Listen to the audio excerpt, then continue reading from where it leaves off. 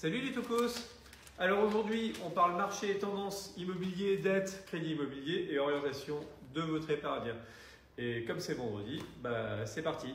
Bon, une fois n'est pas coutume, ce n'est pas la dernière séance du mois qui a empêché septembre 2023 d'être un mauvais millésime à l'image des mois de septembre et des mois d'août qui sont généralement bires, rouges, de mauvais mois pour la bourse. Les marchés actions ont un peu rebondi hier et aujourd'hui à la faveur des nouvelles légèrement porteuses.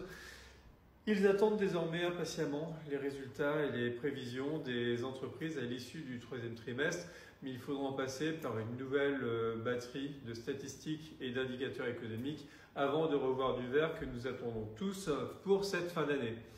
Donc la Bourse de Paris termine le trimestre sur un rebond fragile de 0,26% à 7135 points, l'indice 7 2,48% sur le mois de septembre et 3,58% sur l'ensemble du trimestre. Les indices américains ont également reculé ces 3 derniers mois. Ce vendredi, ce sont surtout les dernières données sur l'inflation qui ont provoqué ce petit rebond. En zone euro, elle se tasse plus fortement que prévu à 4,3% sur un an en septembre contre 5,2% en août. On est désormais bien loin du pic atteint en octobre dernier à 10,6%. Côté américain, le PCE Core ressort comme attendu par le consensus à 3,9% sur un an en août contre 4,3% en juillet. Seul ombre au tableau, l'inflation française se maintient à 4,9% sur un an, inchangé par rapport à août. Donc, le rebond d'hier a été favorisé par les rumeurs de détente dans les relations sino-américaines. Même si tout le monde sait bien qu'il s'agit d'une posture de façade, le Wall Street Journal croit savoir que les derniers efforts diplomatiques entre les deux puissances pourraient conduire à un sommet entre Joe Biden et Xi Jinping. Je vous dis que ça. En parallèle, les données sur le moral du consommateur américain étaient moins robustes que prévu et un membre de la Fed s'est montré plutôt optimiste sur le contrôle de l'inflation. Toujours prompt à voir la bouteille à moitié pleine, les investisseurs en actions en ont déduit que la Banque centrale américaine pourrait se montrer un peu plus souple dans sa politique. Tiens donc, il me faut ajouter que l'allocution prononcée hier soir par Jérôme Powell a accouché d'une souris. Le patron de la Fed a écarté les questions liées à la politique monétaire pour se concentrer sur l'objet de la réunion, l'éducation, là-bas aussi. Du côté de l'immobilier, une étude récente de Savills révèle que l'immobilier mondial représente la valeur astronomique de 379 700 milliards de dollars en 2022. Cette somme atteignait même 390 500 milliards de dollars en 2021 avant la hausse des taux d'intérêt et de l'inflation. Un autre chiffre, c'est 307 000 milliards de dollars. Il s'agit du montant total de la dette mondiale au premier semestre 2023. Cela représente 336% du PIB mondial selon les calculs de l'Institut de la finance internationale. Rien qu'au cours de la dernière décennie, la montagne de la dette mondiale a augmenté de 100 000 milliards de dollars. Rendez-vous compte. Vous souhaitez toujours investir dans des obligations? Bref, enfin...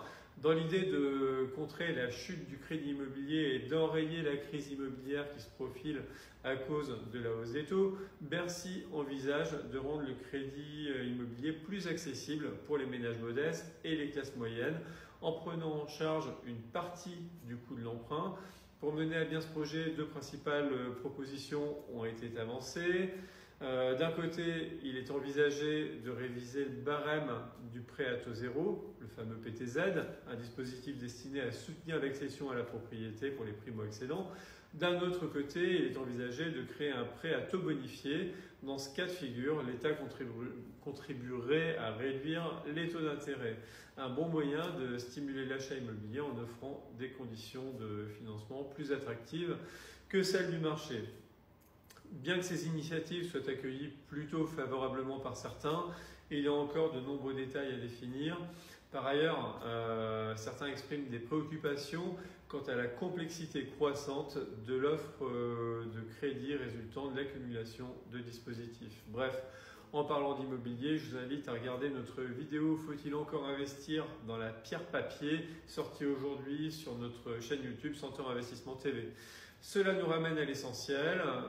Or, luxe, tech et énergie, tout est plutôt bas du côté des actions. La dette astronomique ne nous incite pas à aller vers l'obligataire à long terme. L'IMO est en crise, alors soyons sélectifs et recherchons les opportunités. On est en début de rotation sectorielle et les actions value européennes semblent bien orientées. Notre fonds préféré au doigt venir, notre fonds benchmark est à plus 18,84 sur un an. Il y a encore de la tech qui va bien et les small caps ne demandent qu'à repartir, tout comme l'immobilier coté qui bénéficie de la dégradation de l'année dernière. Finalement, nous restons sur notre scénario et nous conservons nos fondamentaux et ça paye toujours, notamment sur le long terme bien évidemment. Allez, apéro et may the force be with you. Bye bye les amis, à très bientôt, ciao.